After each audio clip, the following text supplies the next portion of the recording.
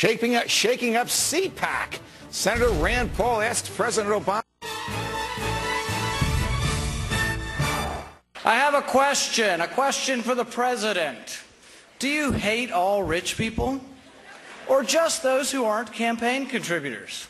Another question for the president. Do you hate poor people? Or do you just hate poor people with jobs? What a sting. Do you just hate poor people with jobs? Kentucky Senator Rand Paul held back no punches, attacking President Obama at the Conservative Political Action Conference this past weekend. However, President Obama wasn't the only one the senator went after. He also went after his own Republican Party. Take a listen to this. This is why I always have said the Republican Party's an empty vessel unless we imbue it with values. Unless we imbue it with values. Here to explain his speech is the Kentucky senator himself, Senator Rand Paul. Senator, always a pleasure. Welcome back to Freedom Watch.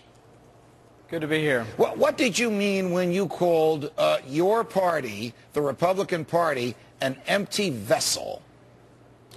Well, I think there's nothing inherently better about one party than the other unless you have beliefs, a belief system that's different. I think too often Republicans have been Democrat light, and that's sort of what we became when we took over all three branches in the last 5 years or so. We added new programs. We added to the debt. The main difference between President Obama and Republicans when we were in charge is he's just doing it faster. So he's making government grow even faster and debt grow faster, but we were doing kind of the same thing. So my hope is that if we ever get in charge again, we actually believe in something different, that we have values and a belief system that is distinctly different, that is believes in individual liberty and freedom and the Constitution. And so that's what I hope for if we ever get in charge again. Why do Republicans seem to be having a battle over the values that they do believe in almost every 4 years? I mean, I have argued that Mitt Romney is closer in his values to Barack Obama than he is to your father, and your father is far closer to the founding fathers in consistency of values than he is to Mitt Romney. Well, I think that's one of the things when you see the people being attracted to Ron Paul is that genuineness, the fact that he's never been anything but a believer in limited government, that he actually proposes, to balance the budget in a 4-year term, one term of office.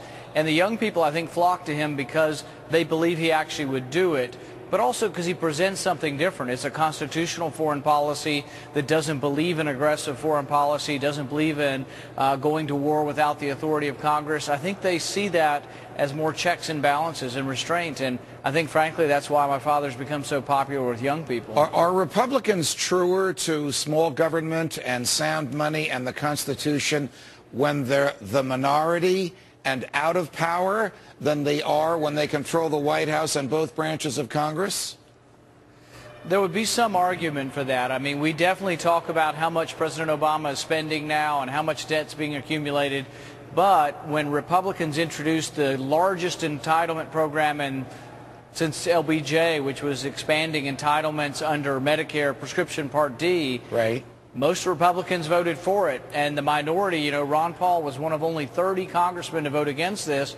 They were the unsung minority, and nobody was listening to them at the time as the big rush was. In fact, President Bush was twisting arms to try to get conservative legislators to vote against their principles to expand Medicare. What will you do? What will your father suggest to his followers that they do if, perchance, Mitt Romney is the Republican nominee for president and Newt Gingrich is running as vice president with him? Well, I think my dad has always said it depends on what the nominee decides to do. Several of those on the stage have talked about, auditing the Fed. Some of them have even talked about the fact that President Obama went to war in Libya unconstitutionally. Some have talked. At one time, Romney has said on the stage that he thinks that we should begin to wind down our presence in Afghanistan. So I think it depends on whether they adopt some of his platform. And we still are in this to win. We're getting lots of delegates. Our people stay longer and shout louder. Yes, and we know that. We have a fervent following, or my dad does, and I think because of that, we're accumulating a lot of delegates. If we get all the way to the convention and there isn't a nominee, I think you'll see whoever the nominee is, if it isn't Ron Paul, I think coming in our direction. It depends on how much they're willing to come in our direction. I think how much my father will be willing to come in their direction. Got it. Senator Rand Paul, it's a pleasure. Thank you for joining us. Thank you, Judge. Good luck. Thank you.